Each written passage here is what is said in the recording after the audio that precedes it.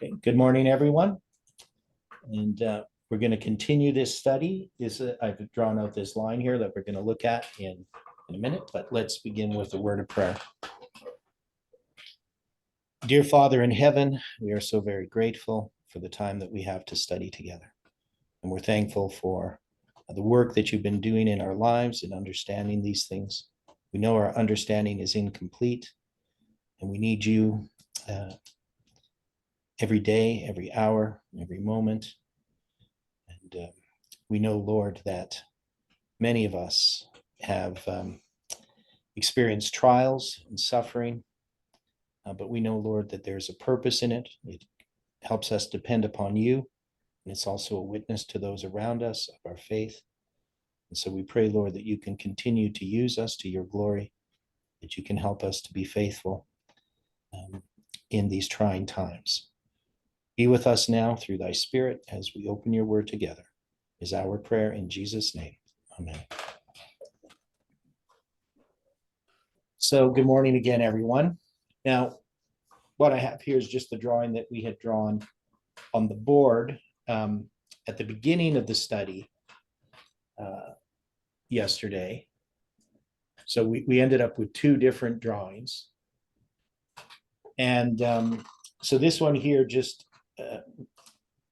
deals with this period of 18 years, both the prophetic period of 18 years, which is going to extend from 9/11 to 1 year past when time setting began in this movement. So we have 6/9/2018 is when time setting began.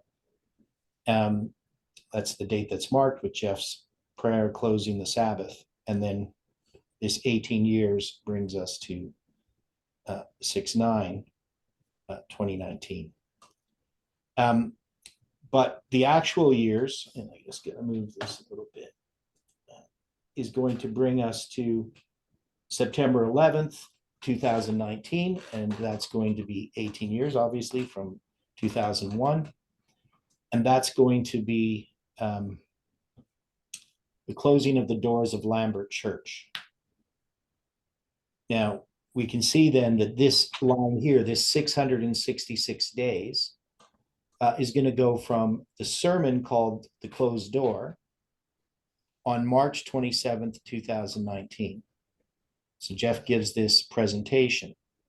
And then 4 days later follows the camp meeting. I'm just going to zoom in for some people here, depending on the device they're looking at. So then you're going to have this camp meeting. And that's 8 days from March 31st to April 7th. And then on April 8th, 2019, Jeff retires. And there's 153 days inclusive to when Jeff awakens. And that's going to be September 7th, 2019. And then there's 4 days to the closing of the doors of Lambert Church. So we can see that this closed door message here to the closing of the door of Lambert Church are connected. Right? So his retirement and his awakening are connected. And this symbol from Samuel Snow's letters, which is a symbol of the closed door, because it's going to point from his writing of his first letter to the publication of his fourth letter on July 18th, 1844. And July 18th typifies October 22nd, which is the 187th day of the Jewish year. And so we can see that the closed door is connected to this. And then the 4 days, and I didn't put that in here, but there's the 4 days between the closed door meeting and this camp meeting, where Jeff is going to pass the torch or pass the cloak to Parminder.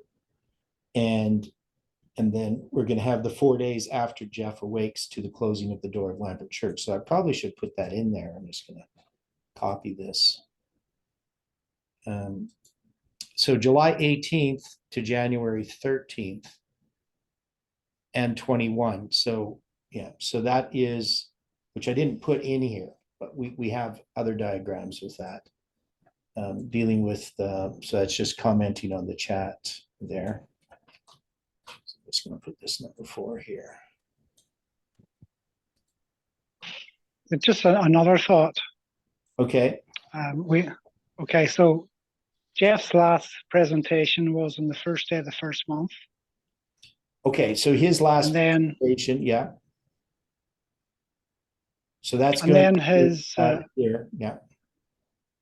yeah, and so he awakens on September the 7th, which is the sixth day of the sixth month.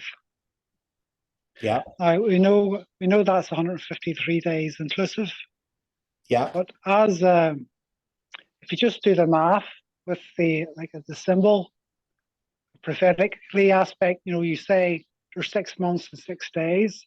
So 6 months is 180 days, and then 6 days is 186. So okay. you have there maybe like a type of a symbol from the first day of the first month to the 10th day of the seventh month. And there's sort of there's a numeric connection there you could maybe put into that. Okay, so if I follow you correctly, so you're saying, so Jeff, his last sermon, and that's going to be, that sermon is going to be called 2019, 2021. No, this one, that was the other one. Yes, That one's going to be 2019, 2021. yes. So that's on the first day of the first month. And that's going to be the first day of the first month. So here, I'll just put it in here, first day. Right. And so the idea is that from the first day of the first month to the sixth day of the sixth month, the sixth day of the sixth month is the 153rd day of the year. Right? That's what you're saying. Yes. Always. Yeah. You know what? Like the way we did with the 10th day of the seventh month, Yeah. it's 7 months times 30. Yeah. You have so that was we got a symbol of that's 210 plus the 10 days is 220. Yeah. So we had that symbol there. So I'm sort of doing that same thing with the sixth day, the sixth month. So it ends up being 186. Yes. Yeah. Okay. So do people follow that? So you're just taking 6 times 30 is 180. And then you're taking that 6, I did this. So that's the 6 months. You would multiply that. That's 180. And then the 6 days, that's going to be added to 180. So you get 186 as a symbol, not literally 186, but 186 as a symbol. So this also, if we go back into Samuel Snow's letters, then, even though it's not on the 6th day of the 6th month, we can see if we took the 153rd day of the year, it as a symbol. So 153 actually relates to 186, which is the cardinal count from the first day of the first month to the 10th day of the seventh month. Okay, so hopefully people follow that. But we can see here this closing of the doors in the 4 days to the camp meeting. And then from when Jeff awakes to the 4 days to the closing of Lambert Church, that connects these. And then 490 days from 9/11/19 brings us to the School of the Prophets being put up for sale on January 13th. And then we have the 8 days here to the sale of the School of the Prophets. And that's going to be 666 days from the closed door sermon. Now, we also have the 666 days from 130666 on the Mayan calendar, which is the day prior to the closed door. It's March 26th, to Joseph Biden's inauguration. So that's going to be 1 day before the sale of the School of the Prophets occurs. Now, what do we make of that? This connection here. What is this telling us, I guess, about these 666 days? I mean, one thing you could say is that there's church and state connected, and it's connected to a symbol of the Sunday law.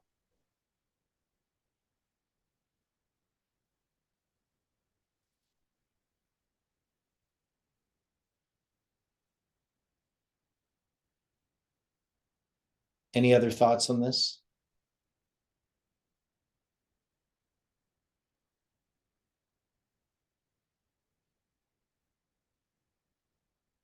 I was thinking that since Lambert means bright land or brilliant land, it had something to do with the closing or the ending of the USA.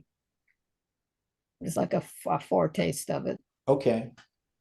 So it has some connection with the promised land. Now, I always thought it was interesting that Tess Lambert happened to have that last name, because we had the Lambert Church and we had Tess Lambert. And it's called the Lambert Church because it's actually in the area of Lambert. That's the area community where the church was. So I thought there was some interesting symbols in that, because this is connected with the closing of the message of Parminder, right? So we know Parminder's message is all tied up in this, and Tess is part of that. So with the Lambert Church closing, it would connect with that in some way. And there's different ways it could be interpreted, but definitely we know that Parminder's that 18 years in which this persecution, this oppression occurs. That's the whole point there, is that Jephthah rises up in connection with that. And that's going to be the message of July 18th.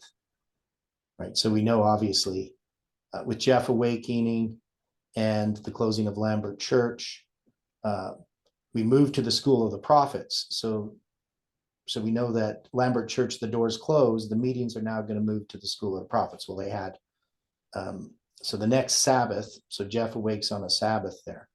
And the next Sabbath is going to be at the School of the Prophets. And then we have these 490 days where the School of Prophets is put up for sale. And then 8 days later, it's sold.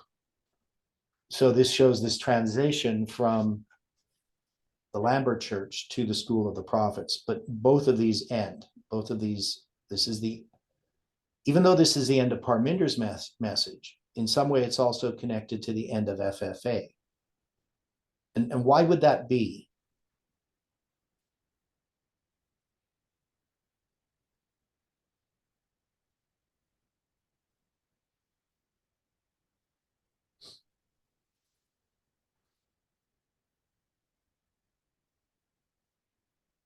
I mean, and this is an incomplete line. This is just, line is just a part of other things, but this is the line of,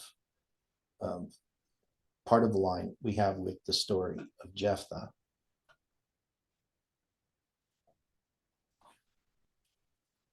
Well, I think FFA being closed parallels the arc being moved from Arkansas to what we're doing to our studies now.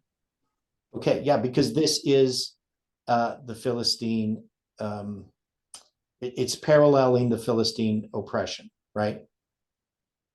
So that's another part of our study that we ended up getting into as we started to look at this history. So we have this work in Arkansas, but we know also that there's this review of this history that we see in Judges.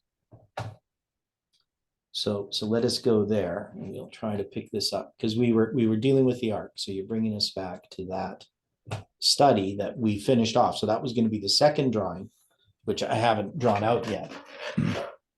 But we did 2 drawings yesterday, and the other one's still behind me on the board.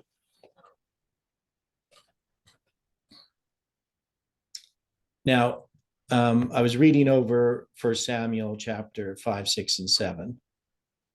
And what we found is that the ark is going to be taken by, and we're going to take these 300 years. So remember, we have the 300 years that Ellen White says the ark was in Shiloh, right? So the ark's in Shiloh. It's going to be captured by the Philistines. And so one of the things we tried to sort out is, when did the ark end up in Shiloh? In our line, symbolically, we know when it occurred. And so what we ended up with was this, well, I'll go there. No, I don't have the drawing. I do have my.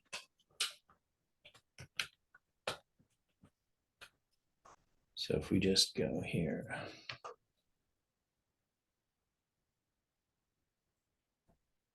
Right, so we have this here. And so you can see it's in reverse on mine, which is annoying. So we can see here, we went all the way back to 11,989. So we're going to go back to the 777 days. And that's going to be symbolic of the 2520. Right, so the 777 days symbolizes the 2520. And then that 300 years is going to be 30 years. So when I draw this out, it'll be nice and neat, and I'll add some of that. And that's going to bring us to the end of the 18 years. Now, one of the things that we had done in this movement with the 30 and the 18, what's left over? 30 minus 18. 12. Okay, 12. Now, obviously here we're not dealing with literally 18 years when we're looking at this, because we're going to 9/11. But if we look at 9/11, I guess if we go back from 1989 to 9/11, that's 12 years, right? So we are dealing with these 18 years in the other drawing that I had. So the 12 years represents what? What 9/11 is 12 years after 1989, and what does it symbolize?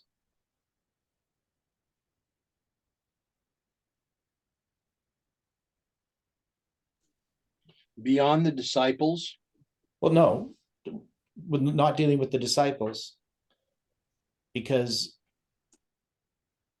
the time of the end is the birth of Christ, right? Christ is 30 years old when he becomes a priest. So when he's 12 years old, what is 9/11 lining up with? His first Passover Right. in front of the priests. Right, so the first Passover. So we've already marked this before.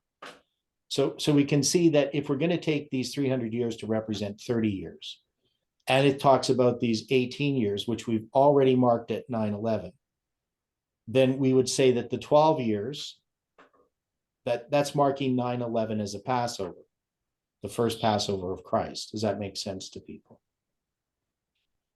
I mean, Jeff presented this before, so. So what does that mean if we look at 9/11 as Christ's first Passover? Dwight kind of touched on it a little bit.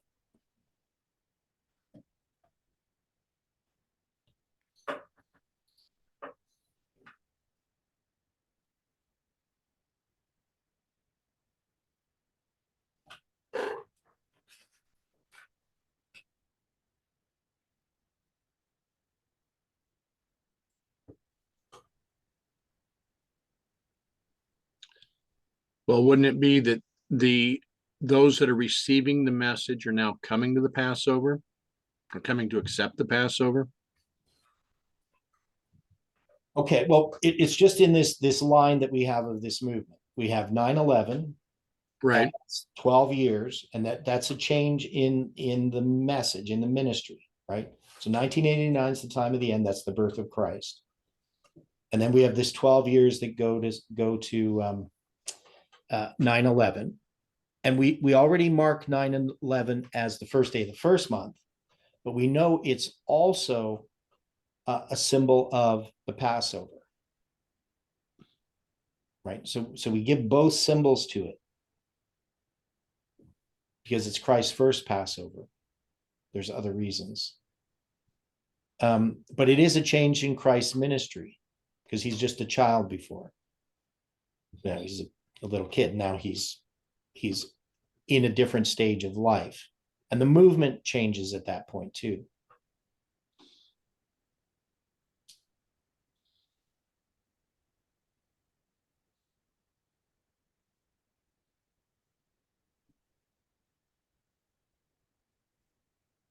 Yeah, because the movement starts to be substantially more aware of what's going on. Right. So, and the church also is bypassed at 9/11. Right. Right. So Christ now, he takes up a certain stage of his ministry, which is still a growing in a development stage until he becomes 30, right? And of course, Parminder and Test use this idea that at 9/11 or 11/9, I mean 2019, that the church was now mature, that they were going to have this organization. They had tied everything up into that interpretation of that message, right? So they had taken this interpretation of the message and misused it, right? So it's a false interpretation. It's based upon truth, but we know that it's not complete, right? They're picking and choosing. So when we take all of the information and put it together, and we can see that Parminder's message is a false message, as is Tess's message, but it has elements of truth.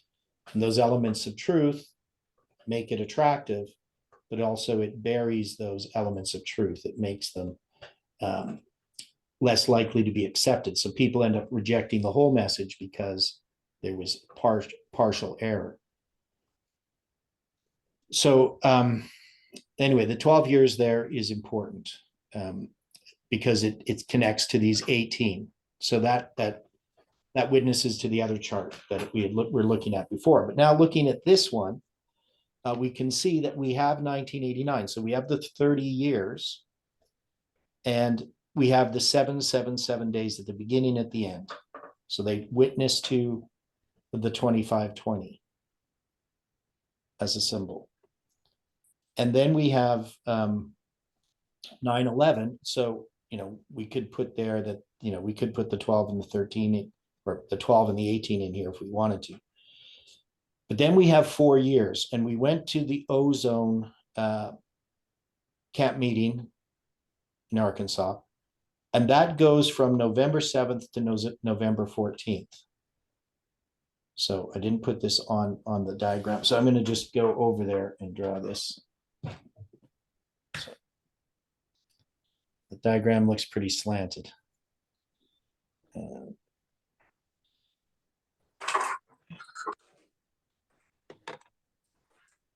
So when we get to this ozone here, so I'm just going to put here, this is 12 years. Right, from here to here.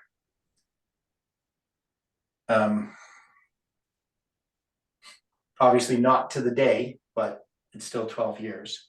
And then you have these 4 years. So when you get this ozone, that's going to be November 7th to 14th. So ozone, Arkansas. And so we're going to say that here, the ark is going to move to Shiloh. So Arkansas ends up being Shiloh. But then it's going to be captured by the Philistines. So this is going to be Jeff's retirement. And there's 7 months going to the closing of the door of Lambert Church. Right? Or no, this is November 9th, 2019. So this is the point where Parminder's group has closed their probation.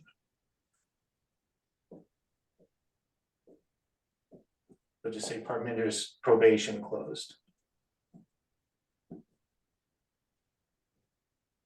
Okay, makes sense? Yes. Okay, but this is the time that the ark is captured by the Philistines. So Parminder's message has this period of time in which it has the ark.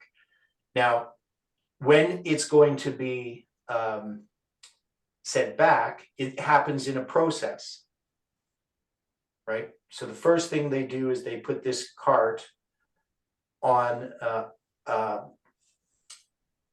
the ark on a cart with these milch kine, as it says in the King James. These are Milk cows. cows. Yeah, so they're cows that have had calves, and their calves obviously are bleeding as the mother cows go away, but they don't go back to their calves. So that's a miracle, right? That they don't do that. Also put, Yeah.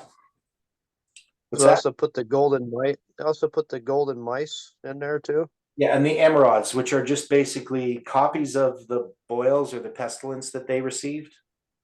So they make them out of gold. Yeah. So The emerods, the hemorrhoids. is that what they are? They're hemorrhoids. Okay. Yes. Okay, so they got, are you sure they're just hemorrhoids, or they're not any other type of thing? No, that's kind of what I've taken from what I've read. Okay. Okay. Because the word emerald means a mound. Right. So I took it as some kind of boil on them, but whatever it is, they definitely weren't happy about it all. And then the mice, the infestation of the mice. So they make golden images of these, 5 of each, I believe, right? Okay. If I remember from what I read. So then they're going to go to Beth Shemesh. That's the house of the sun. And it's going to be at the time of wheat harvest that this occurs. And it's going to end up in Joshua the Beth-Shemite's house. Okay, so I'm not sure what all these symbols mean here at this point. And then it's going to end up in the house of Aminadab, and Eliezer is going to be the one who oversees this.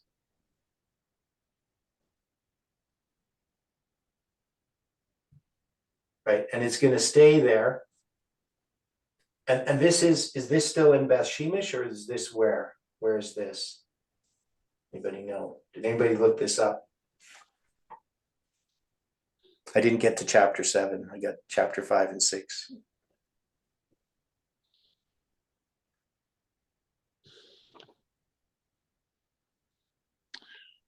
Oh.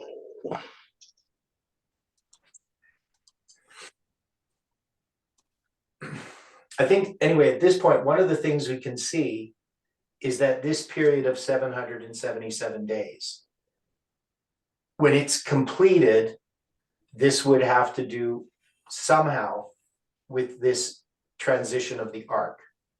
That is, I don't think it all just happens here, that this has something to do with it, because there's a process in which it goes through.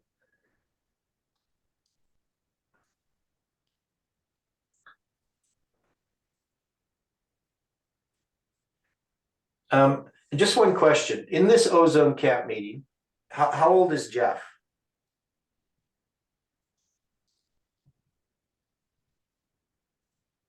Because remember, this is 2004.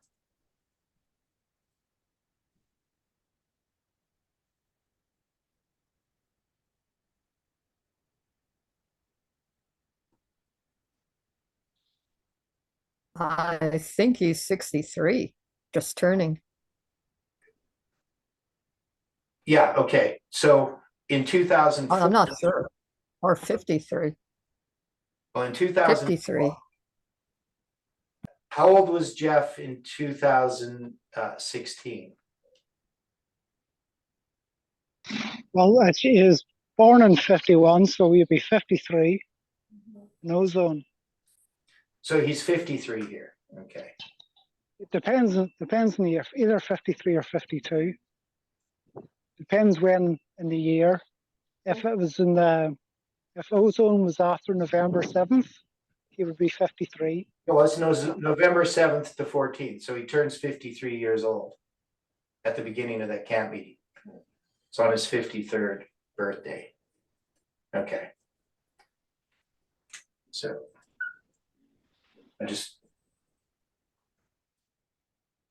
yeah. Okay. That's what I thought. Because he turned 65 in 2000.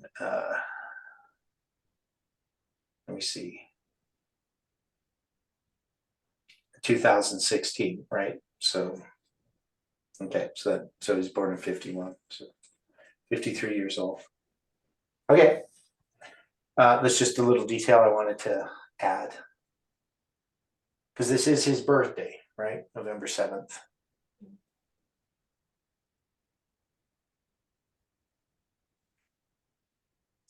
So we have the ark in Arkansas, and that's in Shiloh. That represents the 300 years. So this 300 years isn't going to represent, 30 years like this 300 years does. So this is using this symbol, but it's using it differently. It's going to focus upon this 7 months, and we can see the 7 months fit in with the time that the Philistines have the ark. And then we have these 777 days. So that's what we want to study, is the end of this and see how this all fits together.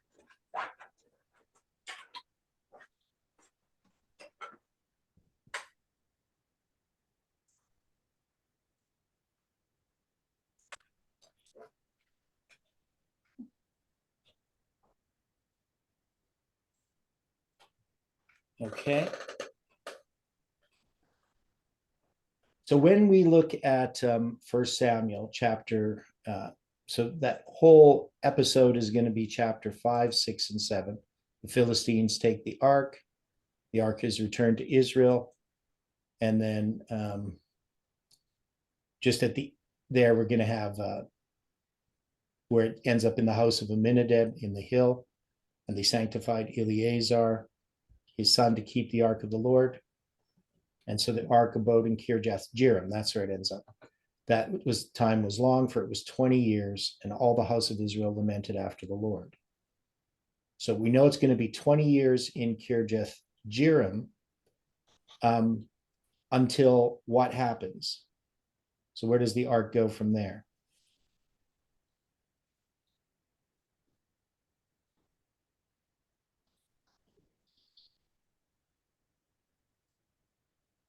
Is that what it's saying? The ark is in Kirjath Jearim for 20 years. It would seem to be. Okay. So what's going to cause, where is it going to go from Kirjath Jearim, and what event is going to mark it? Because I haven't studied that part yet. I mean, we know Samuel. Yeah. Does it not stay there until David? Yeah, that's what Yes. So this doesn't seem to fit in. Right? Because So that's after 20 years, Samuel becomes a judge. okay. So I that think the ark is the ark still stays in the same place. okay. So it was 20 years, all the house lamented after the Lord, and then Samuel judges Israel.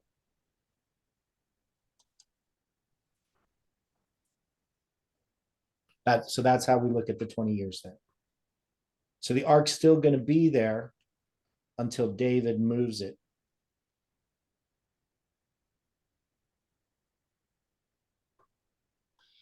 Is that 20 years strictly marking when Samuel becomes a judge? Well, that's what Stephen's saying.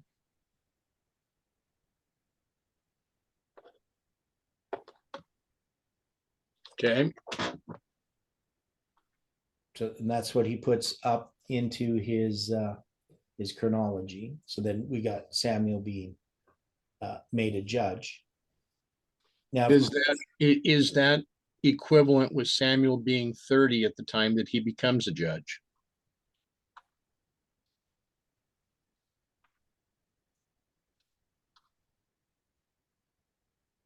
I would think he'd be about 35, Okay. roughly. We don't know for sure, but Right. he'll be. I think he'll be older than 30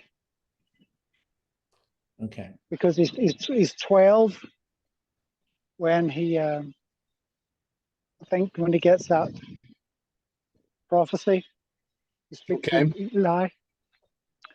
So maybe, and then he's going to, it's going to be another few years before that prophecy is fulfilled. So probably about 35, I would think. Okay, Okay, so we know that Eli is it is obviously going to be here just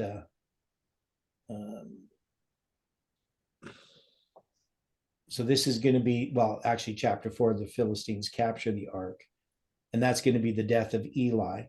So Right. so how long after Samuel started working for Eli that this occurred, we don't know, right? well, if the way that Stephen is approaching it is correct, the prophecy would have been given, and it could have been either 3 or 3.5 years after Samuel's prophecy to Eli that Eli dies. But we don't know exactly, Right. right? So we're just taking it that way, just well, and we don't, and we have here that Eli was 98 years old. We don't have any other indication of his age at any other event. So we just know when he dies. He's 98. And then, so Stephen is saying that Samuel's going to be about 15. Now, he doesn't become a judge, though, right? But I'm not sure what that means particularly.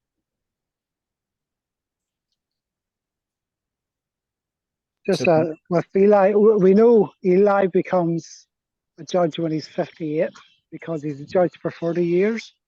Okay, So, but that doesn't tell us Yeah. anything about how old in these other events. no. Not be attaching any event to that. Okay. And then we know, of course, Eli's died, and it's going to be, the ark's going to be with the Philistines for 7 months. And then it's going to be 20 years after that Samuel becomes judge. Is how we address that. Right. Okay. And him becoming judge, I mean, I don't know why he doesn't become judge earlier. So Well, the Bible doesn't tell us all the details of what's going on. how old, I mean, as we go through this, the Levites could begin serving at 25. Is that correct? Or did they have to wait until they were 30? I think 30. I don't know. Maybe someone else knows specifically.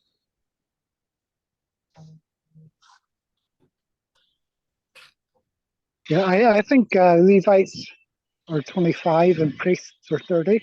Okay, so then that's the case. I mean, I've heard something about it, but I wasn't really sure what the 25 was about. Okay, so 25 and 30 are the two ages then. But he's going to be about 35 that Samuel becomes a judge. And that's going to be calling the people to repentance, right? To turn back to God. And so that's going to be 20 years after the ark had been returned to Kirjath Jearim.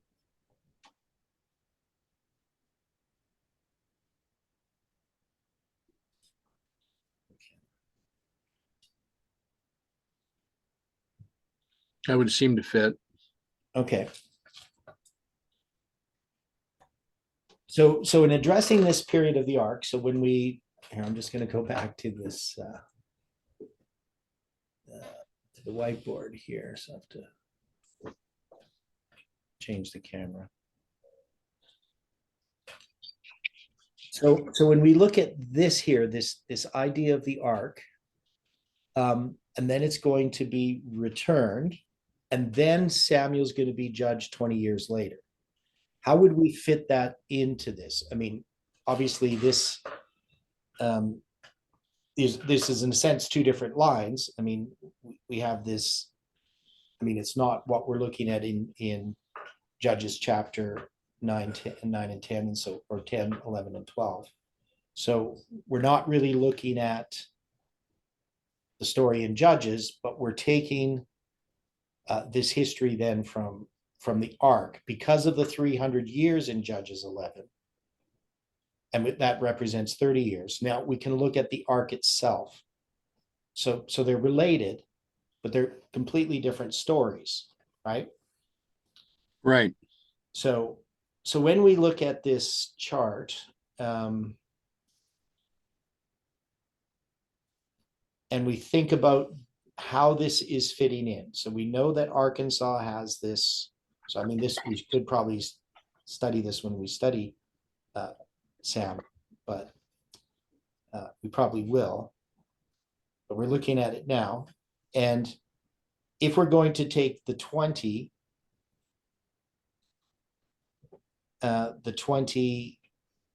years, what symbol is that? And how would we fit this in? So the Philistines, you have the 7 months, and then we're going to have this ark returning. It's first going to go to Beth Shemesh during the time of the wheat harvest, which is May, June. And then it's going to go to the house of Aminadab in Kirjath Jearim. And so what would that represent? And then this 20 years, do we fit that in anywhere in this, or we just leave it here? We just deal with the end of this. Are we going to look at Samuel and the 20 years in connection with these lines?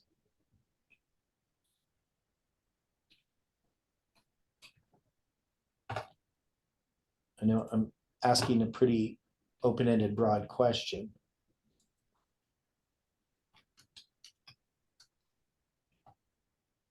Because, we're stepping outside of Judges here to do this, right? Right. Really a line from the Judges itself.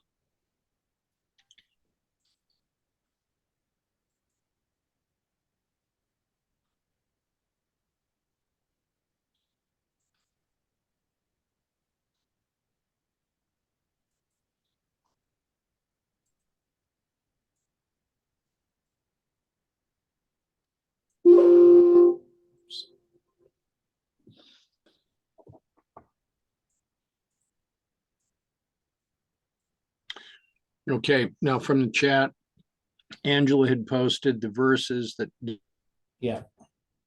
discuss that the Levites needed to be 30 years old in order to serve.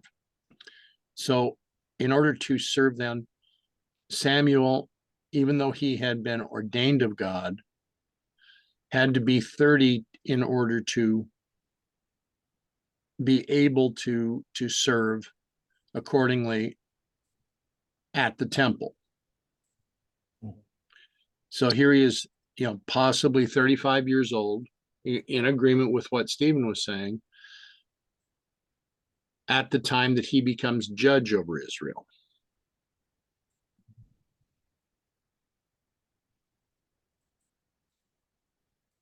So we know we have this window.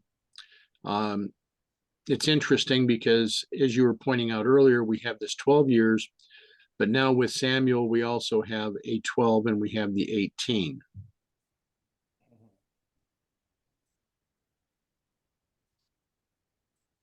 Right? Yep. So the reverse of 18 would be 81. So this would be a midnight situation, if we follow with what Jeff had presented before. Yeah, possibly. Now here, just this is the Ark of the Covenant. Different ways of looking at it. The top one is based on Ellen White's 300-year statement as being 300 years exactly. So there you can see we have the Ark's in Gilgal for 7 years, right? So that's representative of the 2520. And then you have the 300 years. That's the time that the Ark is in Shiloh. And then Philistia has it for 7 months. And at the end of that, it's going to be in Joshua, the Beth Shemites to the house of Aminadab. That's going to happen at the end here. I don't know why I put that here, but at the end of the 7 months. And then 20 years, and that's going to mark Samuel becoming a judge. And it's 153 years to the laying of the foundation of the temple, and then 7 years to the dedication of the temple. So there is 69 years to Saul.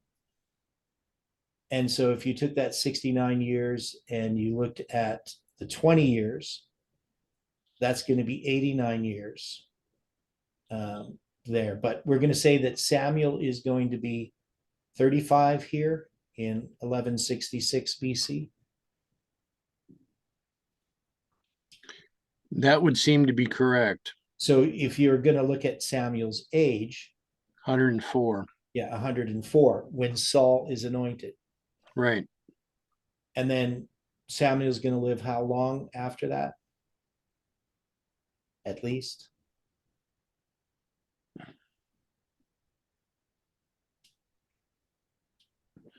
Would that mean that he would live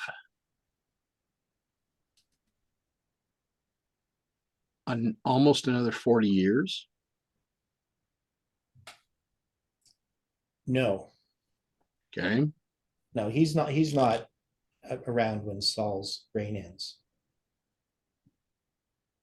That's why I said almost.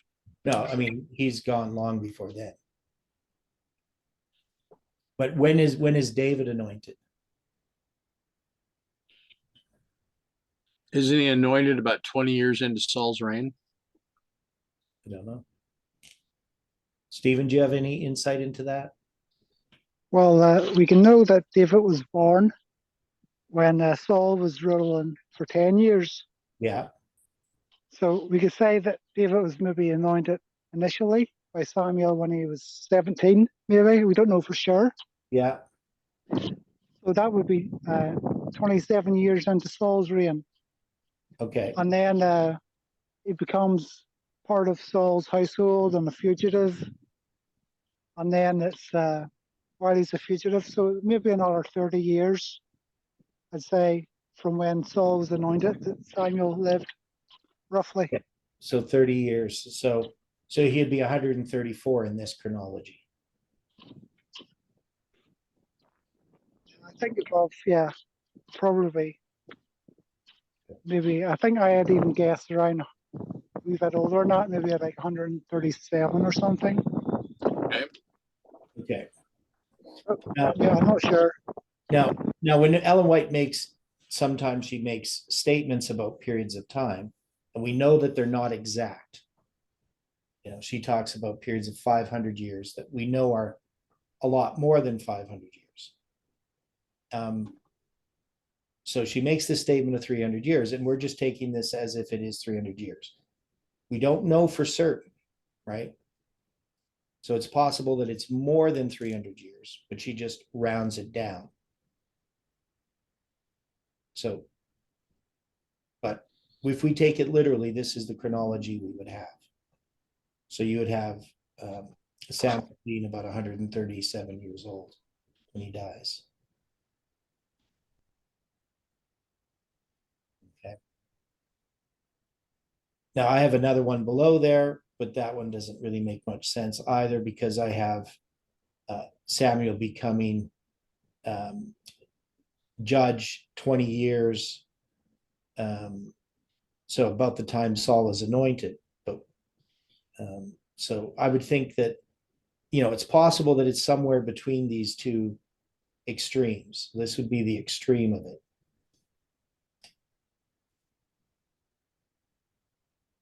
But we have no way of knowing for certain that Ellen White's not rounding down from a bigger number. But still, as a symbol, we can use it, even if we don't know the exact time.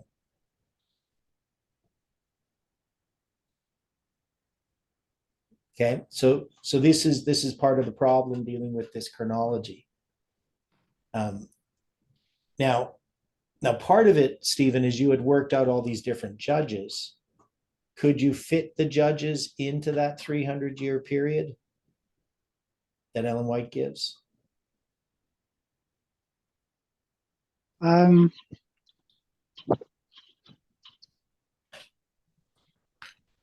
not really, no, No. not So- all of them. Okay, so it is possible she's rounding down. Would you agree with that? Well, it is possible. We don't, yeah. I mean, because she does it other Although, times. although So, we think with some of them judges we understand are overlapping. yeah, I know, but we have to get them all to fit. I mean, we can't just overlap them willy-nilly just to fit into some other statement, right? We need to have ways of doing that. But yeah, so part of the problem that people have when you have the 480 years, for instance, to try to fit the judges in there is rather difficult if you're taking it from the Exodus itself, right? So if you're going to take the 480 years from 1 Kings chapter 6, verse 1, where and that's going to be, for some reason, it should be the laying of the foundation of the temple over here. Sorry about that. I don't know why I did that. Okay, so this might even be wrong, but anyway, so if you take this 480 years and you make it to the Exodus, that puts 440 years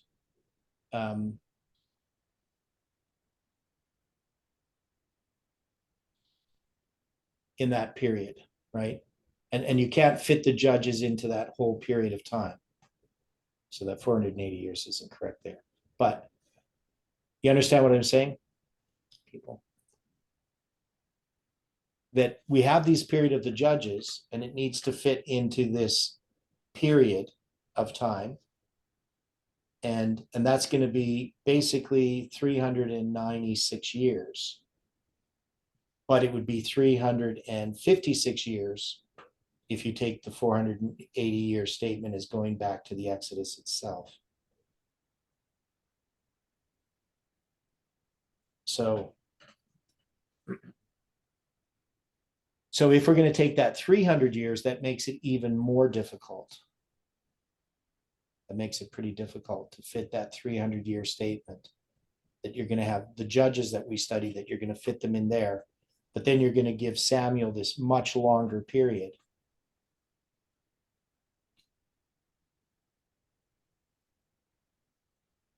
And unfortunately, it doesn't tell us how old Samuel was when he dies. So we don't have any chronological statements that I know of where we could tie that together. So I'm of the opinion that the 300 years is rounded down. And I don't think that does injustice to the spirit of prophecy, because she does it other times. She tends to use round numbers, but not always. Well, I was already saying that Samuel was of good age already when Saul was being anointed. Right. You know, and then we know that there was other people, such as the one that looked after Joash. He was 130, so that was maybe about another 200 years after that. And then for the chronology to fit with the lineage of David, so he was his father Jesse, and then his father was Obed, and then his father was it Boaz?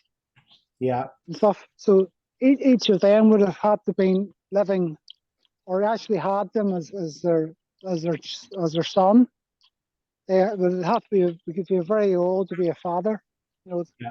they'd have to be nearly 100 years old. Mm-hmm. Yeah, so I'm not saying it's impossible. I'm just saying it, because I'm not really basing this on Samuel's age so much. I'm basing this upon the judges that have to fit in the 300 years. Right, so we haven't done a detailed analysis of how we would fit that together. But it just seems to me it's kind of hard to fit them all into that 300-year period.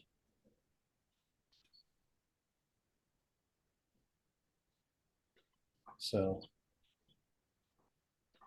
but yeah, I don't know if it's important that we know exactly how that all works.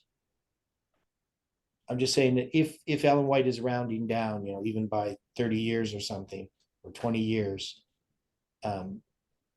that's not a problem. It just means that we can't figure out the exact years in which these events occurred. But, you know, Samuel still can be pretty old when he dies. Okay. So I don't know the solution to this problem.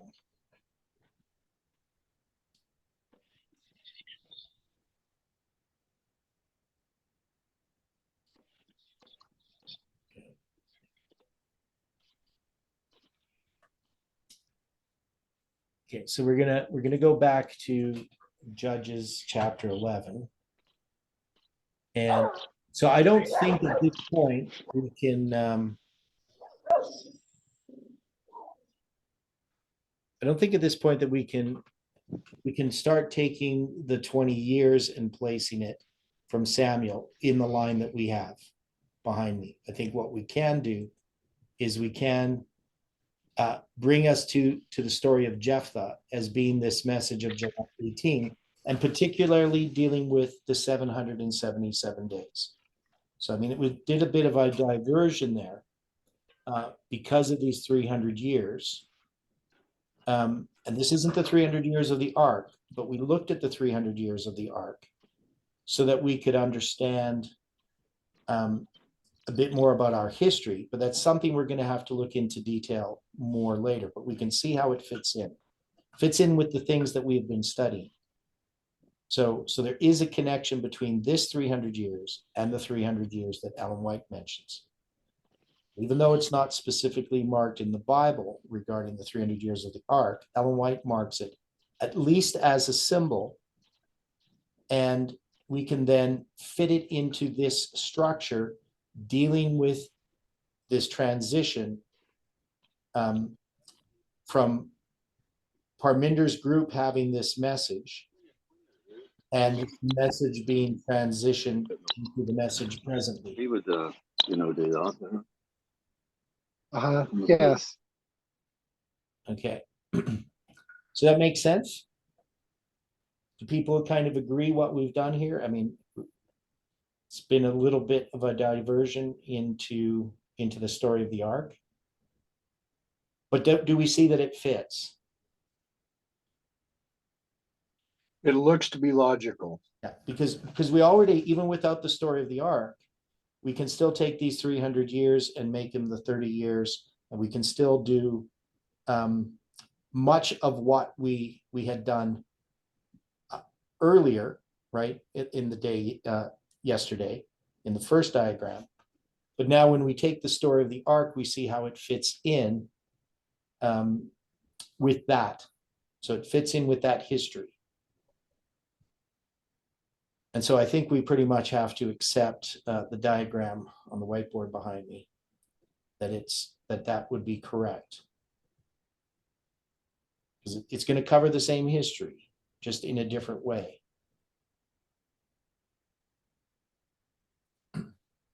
Okay, so we did that because I wanted to go into Jephthah's tragic vow. And so we're going to read this now and then decide how we're going to address this. Okay, then the Spirit of the Lord came upon Jephthah, and he passed over Gilead and Manasseh, and passed over Mizpeh of Gilead. And from Mizpeh of Gilead, he passed over unto the children of Ammon. And Jephthah vowed a vow unto the Lord and said, if thou shalt without fail deliver the children of Ammon into mine hands, then it shall be that whatsoever cometh forth of the doors of my house to meet me, when I return in peace from the children of Ammon, shall surely be the Lord's, and I will offer it up for a burnt offering. So Jephthah passed over unto the children of Ammon to fight against them, and the Lord delivered them into his hands. And he smote them from Aurora, even till thou come to Minnith, even 20 cities, and unto the plain of the vineyards with a very great slaughter. And the children of Ammon were subdued before the children of Israel. And Jephthah came to Mizpah unto his house, and behold, his daughter came out to meet him with timbrels and with dances, and she was his only child.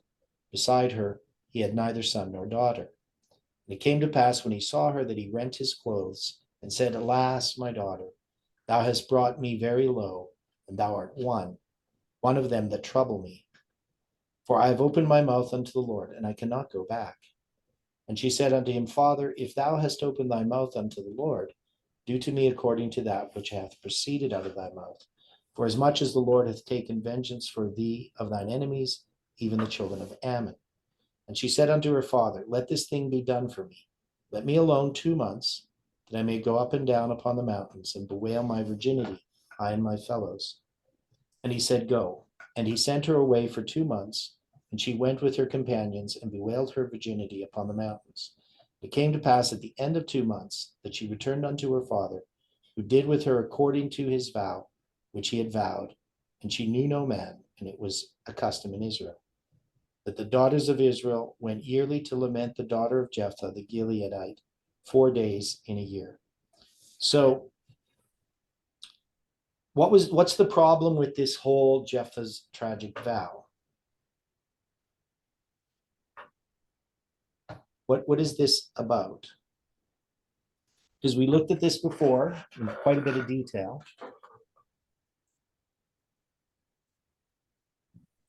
And we struggled with it.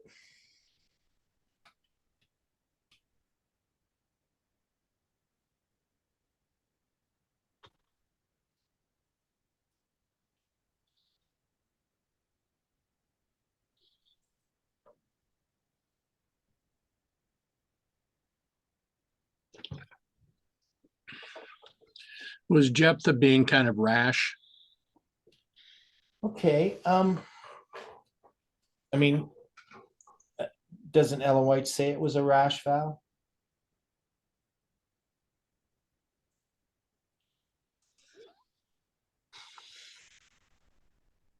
I'd have to go back and look.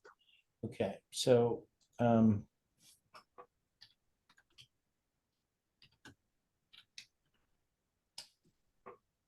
I'm just checking here if I can find a statement. Okay, I don't have anything where she puts the word rash. I'm gonna look at vow.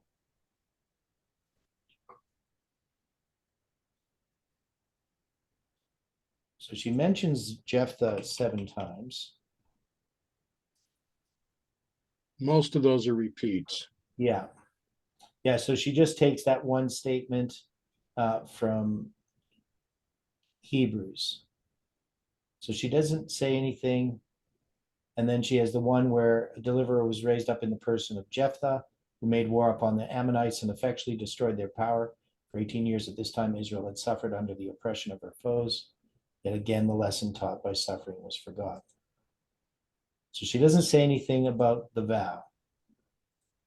So I'm thinking of something else where there's a rash vow. But anyway, and I don't know. I mean,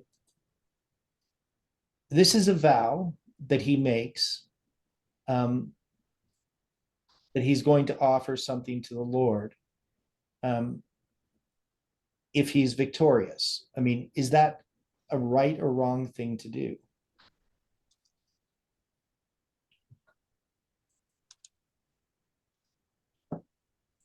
Was he really considering what could happen when he's making this vow? Well, he doesn't appear to be.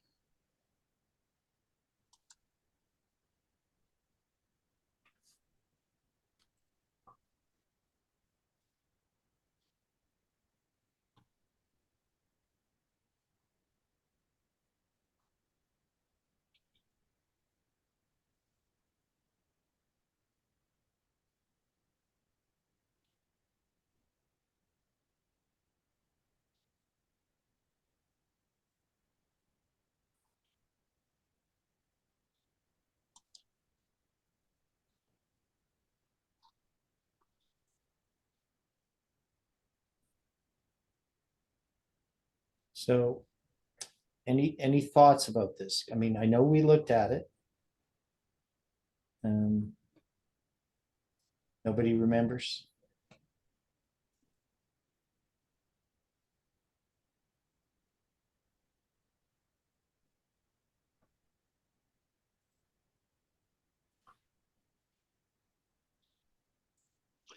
I remember going through it. I just don't remember all the details. Okay.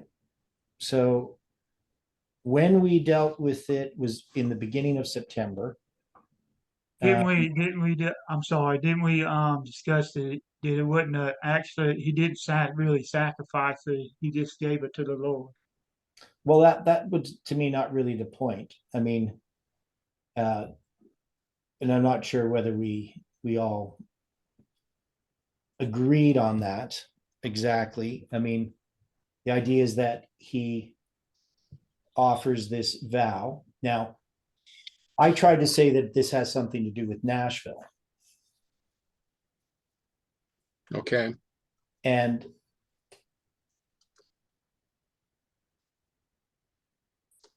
so, and I kept asking people, because I'm looking over some of the meetings, did people have any, make any sense out of it? And I can't remember exactly how we looked at it.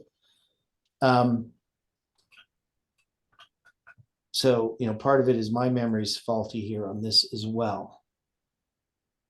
But when we take this vow, I mean, I would relate it somewhat to the Nashville prediction. But is there good reason for me to do that?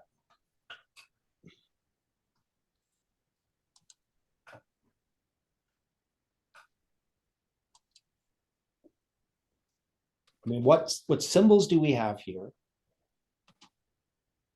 We know that this message of Jephthah is the message of July 18th. This is a tragic vow, so it's a vow that's made. Now, when we think of a vow, so if we look up this word here,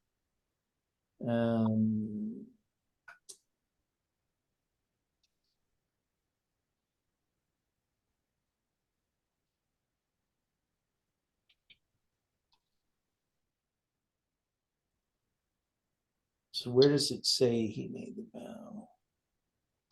The vow to vow. So this word nadar is to promise. Right, so he's going to promise.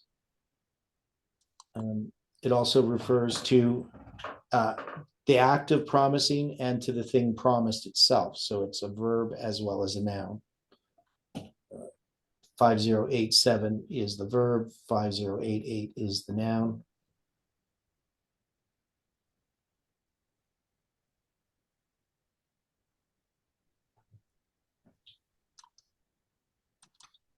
So how could we relate this to July 18?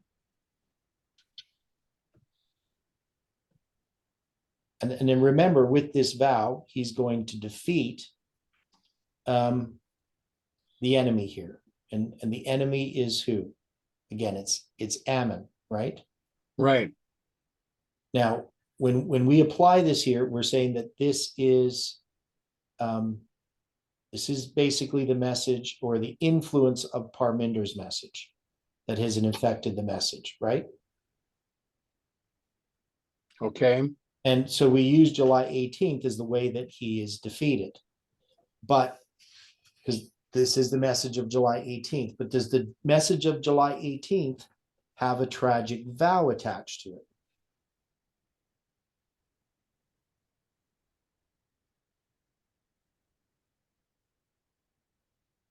It's got a disappointment. Definitely has a disappointment, right? Now, if this daughter, who could the daughter represent? The movement. Okay, the movement. Okay. Is the movement sacrificed because of the prediction of Nashville? Yes. Okay. And we can see that. I mean, that would seem, I think, pretty obvious. But we were expecting this vindication. but instead what we see is a sacrifice. And would that represent what happened with the Nashville prediction? I would think that it would. Yeah, okay. Now, so one of the things about the Nashville prediction, I mean, it is of God, so it was right for us to predict that Nashville was going to be attacked by Islam based on how God had led us. But it doesn't mean that we were right about the event, just because we were right in giving the warning to Nashville. We had this date, July 18th, and we didn't fully understand our lines. So just as the Millerites didn't fully understand their line when they were looking for the second coming of Christ on October 22nd, 1844, it doesn't mean that they were wrong in giving that warning, right? Correct. Yeah. And yet people will say, well, because we failed, we had this disappointment, then, you know, we are wrong, but the Millerites were right, which made no sense to me, because we should have expected, based upon our line, that we would have a disappointment.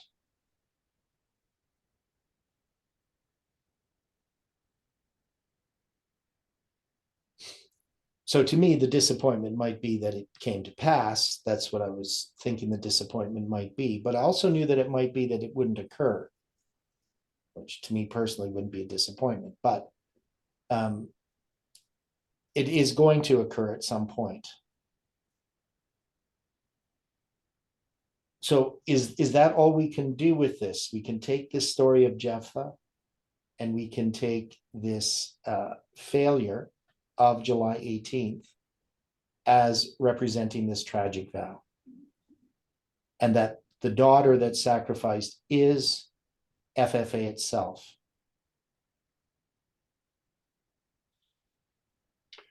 It would fit. Yeah, and it definitely would fit in with what we have in the lines, because when we're dealing with the story of Jephthah, it's going to address the end of the school of the prophets, right? That's what we have here. So maybe the daughter is the school of the prophets itself, right? So if we look at this here,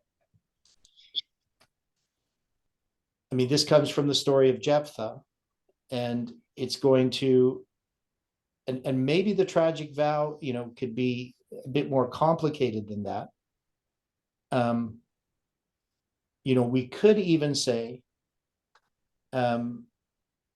that it's connected with that whole history that we see here. The camp meeting where he hands the reins over to Parminder, and all those things that occur at the end of this 18 years, up to the closing of the Lambert Church's doors. And then, of course, tied with that is the prediction of July 18th in there. We don't have it drawn in. But then it ends with the sale of the school of the prophets. But this is prior to, you know, the first part is prior to July 18th, right? So if we're going to put July 18th in here, because you got September 11th, 2019. So I'm just taking this and doing this here. So over here, you're going to have July 18.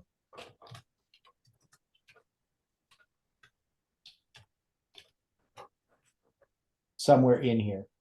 Now, where is it exactly? So we could probably figure this out, because this is September 11th, 2019. How many days is that before November 9th, 2019?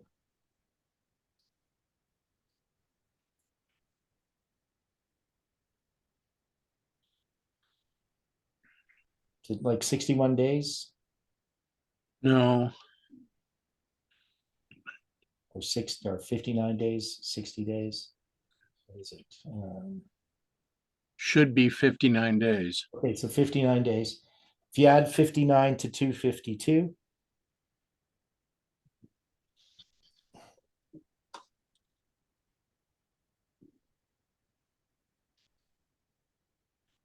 $311. So 311? Okay. So if you have 311 to July 18, what's 311 symbolize?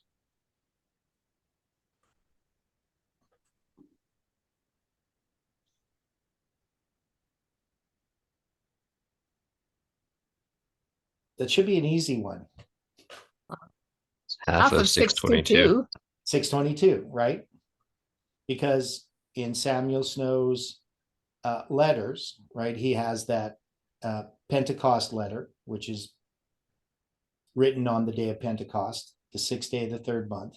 It's published 5 days later on the 11th day of the 3rd month. And the day it was written was June 22.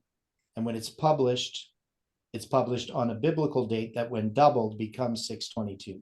So 311 represents 622. It represents the symbol for FFA, right? Because 622 is the date that Jeff chose. So June 22nd. Yeah, June 22nd, 622, June 22nd. So June 22nd, 2011, he gets that 1,600, or no. Yeah. 159,000, is that? Yeah, $165,000, right? Okay. And then it's going to be 3 years later in 2014 that they have the first camp meeting in Arkansas, not counting the ozone ones. And then you're going to have 3 more years to the center of the 777 chiasm, June 22nd. And then we have June 22nd, 2020 as well. That's going to be the date in which the July 18, 2020 prediction becomes international news, right? It's published on the 21st, but it becomes international the next day. And that's going to be 187 days to January 6, 2021. So anyway, if we have this 319 or 311 days in here, can we see that these events here are going to lead to July 18? Because this, in a sense, is the tragic vow that relates to the defeating of the enemy, and then the prediction of July 18, because basically it has to have the enemy to defeat. Does this make sense to people, what I'm saying?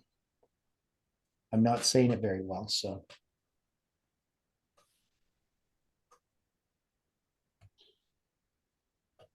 All of it tracks.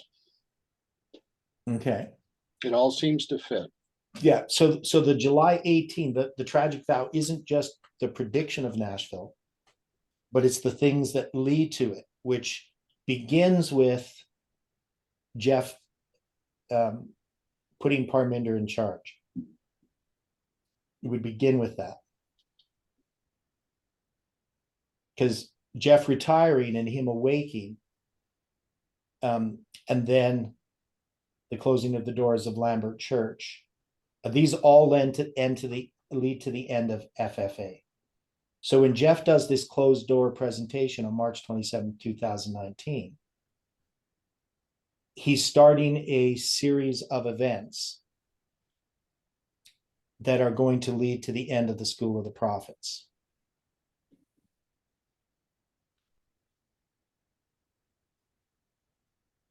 And we can connect this to the ark, right? Because we can take the story of Eli and line it up with Jeff. And the ark being taken by the Philistines as well also fits into that history. But that's a different history, but it still lines up with this. So that's really the end of FFA, the sale of the School of the Prophets. And in a sense, it's a closed door as well, because once they've sold it, they have no more access to that building, right? Right. So they still could have used it, but they passed the keys over to the new owners.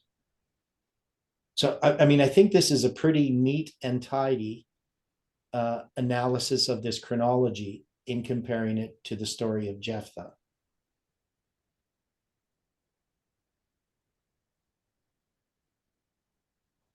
I just think it fits.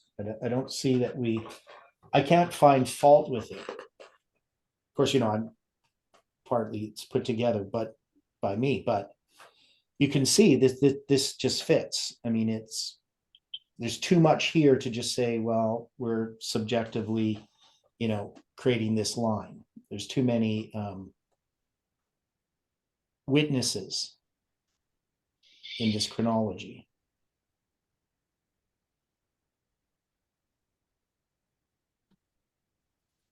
Okay.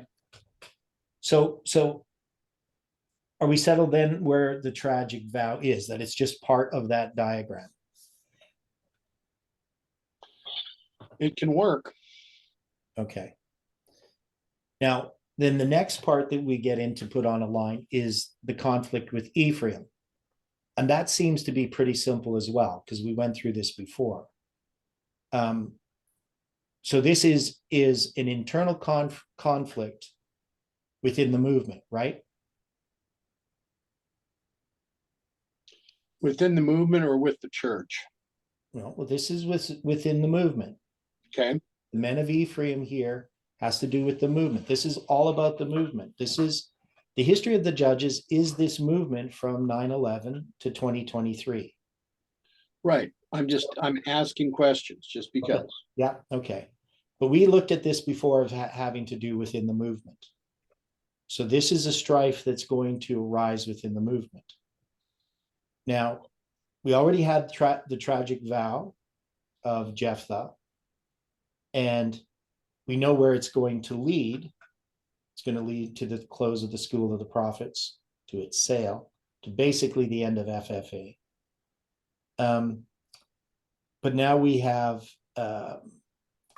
this other illustration of this history. And so this is where we're going to pick up tomorrow. Okay. And if we understand this as this internal conflict, we can see how this internal conflict has continued in this part of our history of the movement. So this has to do with the message of July 18th and how it's treated, particularly after its failure. So that's how we understood it before. And so we're going to look at a bunch of this stuff here and how this relates. So any final questions before we close with prayer? Not for me right now. Okay. And I'll try to get that diagram drawn up a little bit better, the one behind me on the board. And then we should be able to find, there are keys here in the story of the conflict with Ephraim that should be able to help us understand where to put this on the line. We have that shibboleth and the sibboleth. We dealt with that before. And so we should be able to put this into a line as well. Okay. Let's close with prayer.